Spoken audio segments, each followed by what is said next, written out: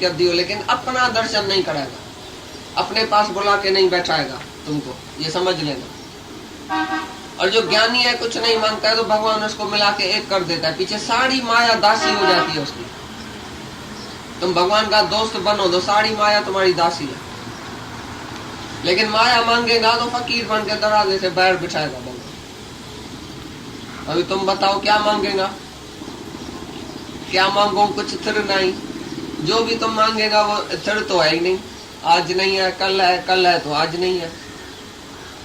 कौन सी चीज तुम मांगेगा भगवान से? तभी बोलता है गीता में, निरिच्छा बनो, कोई इच्छा वासना बोला नहीं रखो, तभी तुमको शांति आएगी।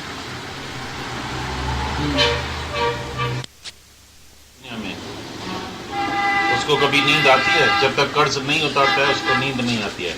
चाहे किससे भी पैसा ले, भाई से ले, बैंक से ले, दोस्त से ले, दुनिया से ले, तो उसको चिंता रहती है रात को, भाई इतना पैसा मेरे को देने का है। ऐसी तरह से ये भी एक किस्म का गुरु का तुम्हारे पर कर्जा है, भाई इतनी मेहनत लिया, गुरु को तो कुछ नहीं चाहिए, लेकिन इतना सारी दुनिया जो दुखी है, तो उसको ये दुख के लिए तुमने क्या किया? अपने तन मन धन का भेंट चढ़ाया?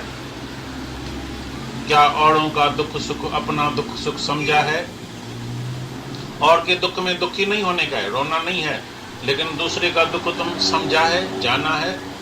तो कितने लोग दुखी है, सारी दुनिया कितनी दुखी है, तो हम कैसा उसका दुख, आज ही ऐसा वचन उसको सुना है कि आज ही उसका दुख जो है छूट जाए। और दुख का कारण क्या है? दुख का कारण है अज्ञान।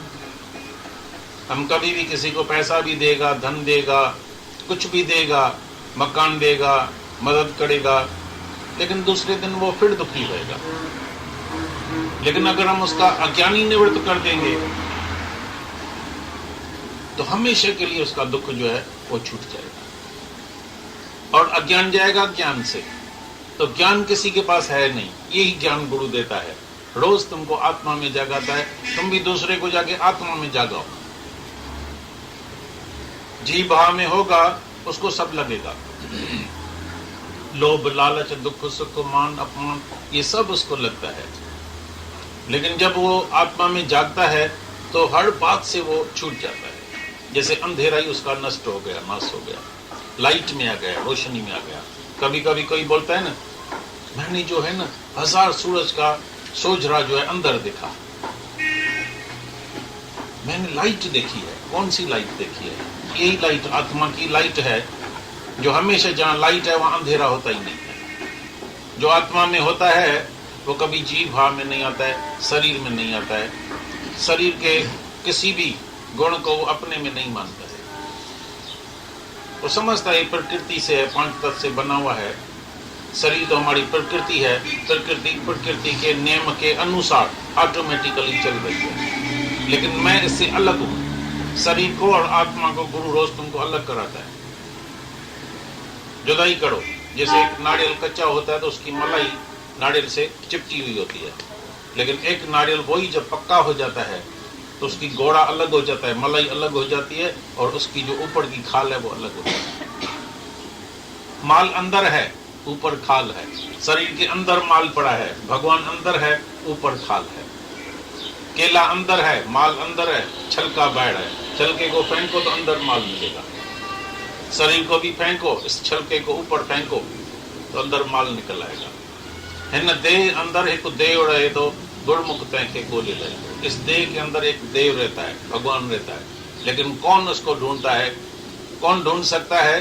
जो गुरु के मुख से जन्म लेता है। गुरुमुख उसको जो है ढूंढ लेता है, पहचान लेता है, तो अंदर जो है भगवान बैठा है, बैठ ये छलका है।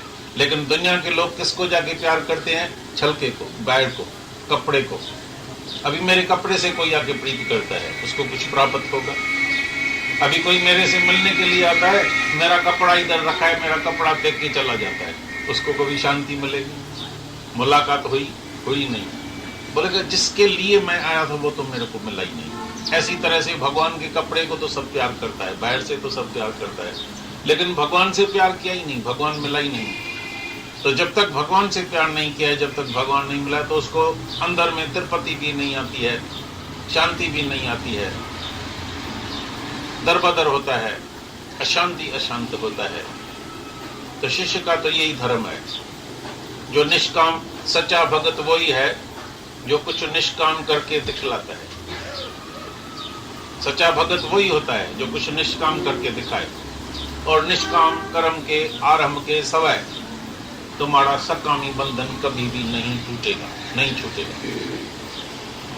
जिसने निष्काम किया है उसका सकामी बंधन टूट गया है। जैसा ही आगे बढ़ाए, जैसा ही आगे बढ़ाए, जैसे ही निष्काम में अपना जीवन दिया है, उसका सकामी बंधन टूटता गया, टूटता गया, टूटता गया है। लेकिन सिर्फ ज्ञान सुना, घर में जाके बैठा, शास्त्र जाके पढ़ा, फिर वही कर्म, वही सकामी बंधन में फंसा हुआ होता है। उसका ज्ञान कभी पक्का नहीं होता। समझो तुम्हारे अंदर पाप नहीं है, तुम निष्पापी है, तो दूसरे को क्या समझेगा? सारी दुनिया में कोई पापी तुमको नजर आएगा? जो खुद निष्पापी है, जो पाप कभी नहीं करता है, जो आत्मा में रहता है, वो दूसरे को पापी नहीं समझेगा। लेकिन जो अधूरा ज्ञानी है बोलता है मैं तो आत्मा हूँ, मैं तो निष्पापी हूँ, मैं तो पापी नहीं हूँ, लेकिन फलाना पाप करता है। दूसरे का विकार उसको दिखाई देता है जो खुद विकारी है। दूसरे का पाप उसको दिखाई देता है जो खुद पापी है। पहले तुम ये बात समझना, कभी भी दुनिया में किसको पापी पुण्य करके नहीं देखना। तुम्हारा क्या वास्ता है? तुमको पता कैसे चलेगा ये सचमुच पापी है कि पुण्य है? बाहर से तुम देखेगा वो पाप कर रहा है, लेकिन अंदर वो शायद निष्कामी हो गए। बाहर से तुम देखेगा भाई कि स्त्री एक पुरुष भाई अलग बैठा है, एक कमरे में बैठा है अकेला। तुमको क्या पता वो ब्रह्म ज्ञान दे रहा है उसको स्त्री पुरुष के पाप से और भी ऊपर कर रहा है। तुमको क्या पता? बाहर से तुमने क्या देखा, ये तो भाई पाप है, स्त्री पुरुष अकेला क्यों बैठा है? लेकिन वो गुरु है, वो भगवान है, उसको तारता है, उसको और ऊपर करता है, देह से, पापों से, विकारों से ऊपर कर रहा है, ज्ञान दे रहा है। तो तुम बाहर से क्या देखेगा? ऐसी तरह से तुम्हारी ये आंख जो है, चमकी आंख, वो पापी देखेगी। एक आदमी दूसरे किनारे पर बैठा था, खड़ा था, और दूसरे किनारे पर एक आदमी दूसरी औरत को नीचे ऊपर कर रहा था, ऐसा ऐसा दबा रहा था। तो उसने समझा ये पाप कर रहा है, एक औरत को पता नहीं क्या कर रहा है। बोला मैं जाके इस औरत को छुड़ाता हूँ, शायद ये बदमाश आदमी है, इस औरत को भगा के पता नहीं क्या करता है, मैं जाके उसको छुड़ाता हूँ। गया उस तरफ, बोला तुम कौन है, ये तुम क्या करता है, बदमाश है, इस औरत को किधर से लेके आया है, क्या करता है, इसको टच क्यों करता है? बोला ये मेरी माँ है, डूब गई थी समुद्र में, मैं उसको बचा के ऊपर निकाल के और उसका पानी निकाल रहा हूँ, कान से, नाक से, इधर से उधर से पानी निकाल रहा हूँ। समुद्र का पानी इसके अंदर आ गया है, बेहोश हो गई है, तो इसको मैं पानी निकाल के ठीक कर रहा हूँ। तो उसके पांव पड़ गया। बोला मैंने तो पिछाड़ी पड़ले बाजू यही देखा, दूर से यही देखा कि तुम कुछ पाप कर रहा है। उसको तुमने बचाया है? बोला हाँ, और भी किसी को, कईयों को बचाया, क्योंकि नाव डूब गई, 25 आदमी था, उसको भी बचा के निकाला, मैं तारू था, और पीछे पिछाड़ी को माँ को भी निकाला है बाहर, और उसका भी पानी निकाल रहा हूँ सारे शरीर से। तो तुम्हारी आंख धोखा देती है, कभी निर्दोष के ऊपर दोष लगा देगी, कभी भी किसको पापी और पुण्य नहीं देखना। ये भी कर्म बनाएगा कभी ना कभी।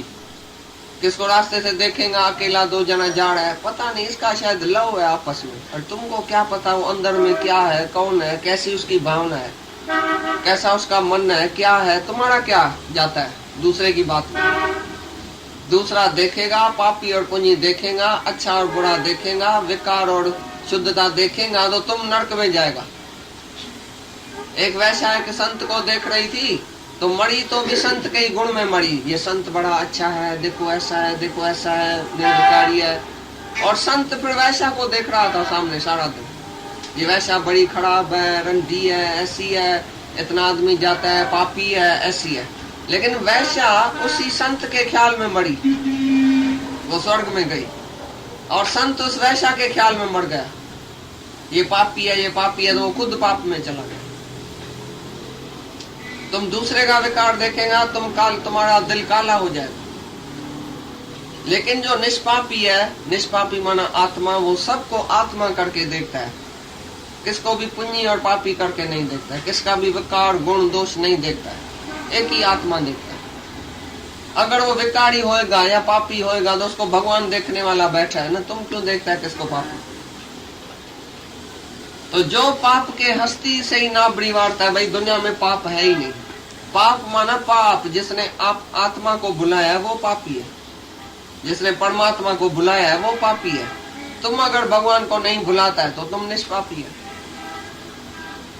तो जो निष्पापी है वो दूसरे को भी आत्मा करके देखता है, किसी के भी बात में नहीं जाता है। दी अदर इज हेल, दूसरा है नरक, दूसरा वो देखता भी नहीं है, दूसरे की बात में जाता भी नहीं है। तेरा की मेरा क्या वास्ता है दूसरी बात में, दूसरे के बात में। वो सुधरे नहीं सुधरे, अच्छा है बुरा है, अच्छा होएगा तो उसको इनाम मिलेगा भगवान से, बुरा है तो नरक में जाएगा। मेरा क्या वास्ता है जो मैं किसको बुरा और अच्छा समझू? सारे दिन में तुम एक का भी दोष देखता है, माना वो तुम्हारे में दोष है।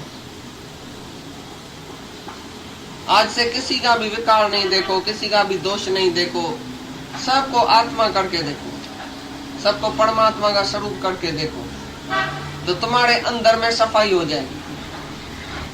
नहीं तो दूसरे का अवगुण तुम अंदर में सोचेगा, तुम्हारा मन भी खराब हो जाएगा। एक मिनट खाली दूसरे को खराब समझेगा तो तुम्हारा मन उसी टाइम खराब होता है कि नहीं? खुशी आती है? किसका भी अवगुण सोचो, देखो खुशी आती है। शक्ल ही तुम्हारी पहले खराब हो जाएंगी जब दूसरे का विकार देखेगा ना, फलाना तो ऐसा है, शक्ल देखो, और फलाना तो भगवान है, शक्ल देखो अपनी। मन में विकार आएगा तो तुम्हारा मन काला हो जाएगा, आत्मा भूल जाएंगी, भगवान भूल जाएगा, फिर तुम संसार में माया में दोष में चला जाएगा। तो तुमको नरक देखना पड़ेगा अगर एक का भी तुमने दोष देखा दुनिया में। दुनिया सारी भरपूर है भगवान से, दुनिया है ही नहीं, जगत है ही नहीं, है ही जगदीश, है ही भगवान। सी गॉड एवरीवेयर, जहां तहां भगवान है। तो पापी कहां से आया? गीता में लिखा पड़ा है जो दुराचारी और सदाचारी में एक ही आत्मा देखता है, जो पुण्य और पापी में एक ही आत्मा देखता है, जो कुत्ते और ब्राह्मण में एक ही आत्मा देखा है, जो चंडाल और चोर में एक ही आत्मा देखता है, वो सब सच देखता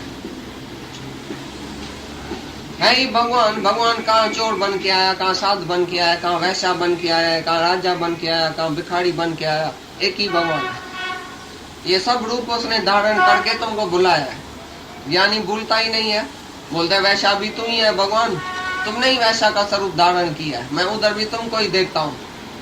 तो तुम भूलेगा वैसा में, स्त्री में भूलेगा, बच्चे में भूलेगा, भाई ये तुम ही है, इधर भी तुम है, इधर भी तुम है। जो तुम सब जगह भगवान देखे वो भूलेगा कैसे? तो बोलता है जो निष्पापी है वो किसी का भी पाप नहीं देखता है।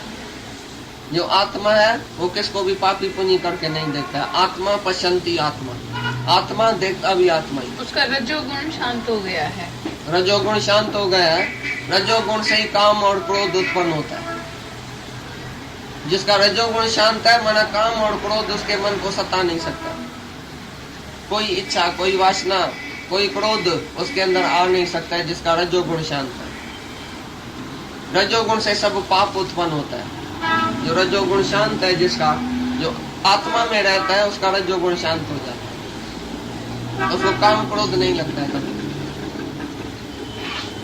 एक दिन क्राइस्ट चला जाता, रास्ते से जा रहा था, तो एक मैरी थी, स्त्री थी, वो गई थी देवल में। तो दिन को 2 बजे देवल से बाहर निकल रही थी। तो आदमियों ने देखा तो भाई ये जो मेरी है, लड़की है, वो दिन को 2 बजे देवल से निकली है, से जरूर कोई पाप कर्म करके निकली है। तो सबने उसको पत्थर लगाया, मेरी को। बोला तो भाई बाइबल में लिखा पड़ा है, हमारे क्रिश्चियन धर्म में लिखा पड़ा है, तो पापी को पत्थर से कूटना चाहिए। हम पत्थर से इसको कूटता है। मैरी को पत्थर लगाने लगा। उधर से क्राइस्ट आके गुजरा, मेरी जाके उसके पांव पड़ी। बोला क्राइस्ट मेरे को छुड़ाओ, और ये सब मेरे को पत्थर लगाता। क्राइस्ट ने बोला तुम शांत रहो, पहले हमको जवाब दी, सवाल का जवाब दी। भाई ये तो बराबर लिखा पड़ा है कि पापी को पत्थर से कूटना चाहिए, लेकिन कौन पत्थर से कूटे? जो खुद निष्पापी होवे। पहले तुम जो इसको पत्थर से कूटता है, तुम सब निष्पापी है या तुम्हारे से भी पाप होता है? सब एकदम डर गया। यूं सब ने बोला मेरे से भी पाप होता है, मेरे से भी भूल होती है, मैंने फलाना पाप किया। एक दूसरे को देखने लगा, अरे तुम भी तो शराब पीता है, तुम भी तो रंडी के पास जाता है, अरे तुम भी तो लोभ करता है, तुम भी तो ब्लैक मार्केट करता है, तुम भी तो झूठ बोलता है।